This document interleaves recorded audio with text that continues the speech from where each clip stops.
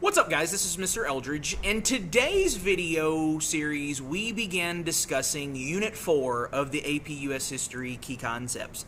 Of course, that is going to be 1800 to 1848. Today, we begin talking about the Jeffersonian Era. With the domestic failures of the Alien and Sedition Acts, Federalists essentially lost support outside of New England, and in 1800, Thomas Jefferson and the Democratic Republicans won the presidential election. Jefferson, however, would not seek retribution in undoing or punishing the Federalists. While he would pursue his ideals, he would not demonize his fellow Americans. The Jeffersonian agenda featured the ideals of self-reliance and small-scale farming, what Jefferson referred to as his agrarian vision for America. To maintain a growing agricultural economy, Democratic Republicans needed to expand the territory of the United States, as heritage based on the lineage of the father would soon mean land was divided up too many times. As such, in 1803, Jefferson purchased the Louisiana Territory from a financially desperate France for $15 million. While the Congress was unsure Jefferson had the authority to execute the deal itself was so good that no constitutional mess or fuss was made over the purchase itself. This brings us to an important point of Unit 4, and that, of course, being the idea of the American expansionism and the idea of westward expansion. This is going to set a precedent of expansionism and the spreading of American democracy that was enthusiastically embraced by Americans and continued into the late 19th century. In 1819, you're going to have the Adams-Onis Treaty, where the United States is going to procure Spanish Florida. In 1846, the United States negotiated the Oregon Territory with Great Britain to divide the dispute to the Pacific Coast Territory of Oregon.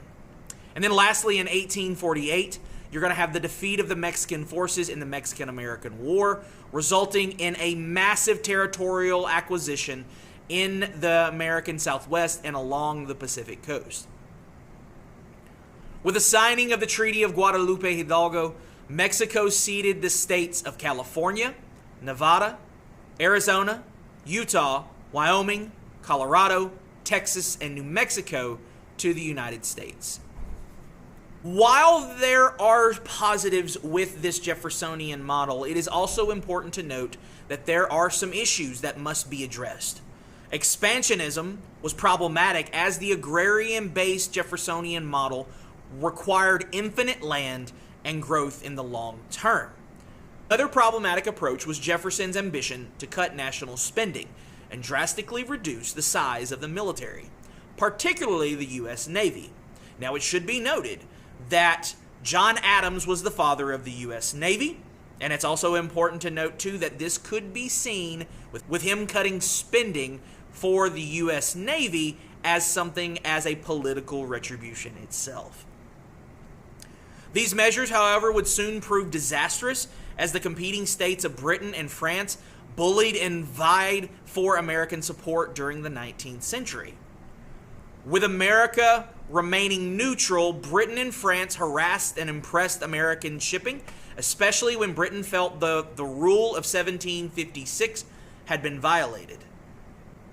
This rule maintained that any nation who reinstated trade with another during wartime was guilty of helping the other party, and therefore was subject to British capture and impressment. There are additional issues as well. With no means of protecting American interest abroad, Jefferson attempted to halt trade with Britain and France, issuing the famed Embargo Act of 1807.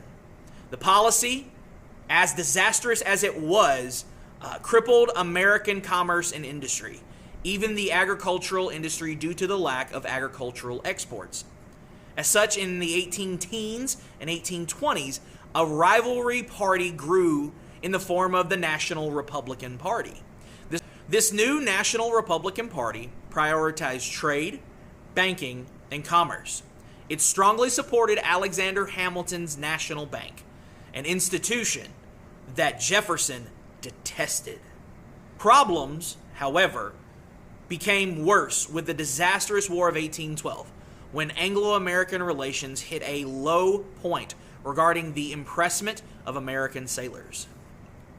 So finally, that leads us to today, the War of 1812. While the war itself was relatively short and ended quite amicably, it was a humbling and embarrassing experience for the United States. With Jeffersonian cuts that limited the Navy and the size of the military, there was little in way of military vessels or training to combat British troops and the Royal Navy itself.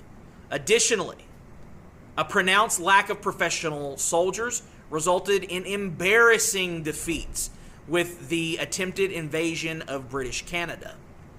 While Americans would rally and be victorious after the war was over with the Battle of New Orleans, and specifically the rise of Andrew Jackson as a national hero, the war exposed the frailty of the United States with Jeffersonian cuts on the American military.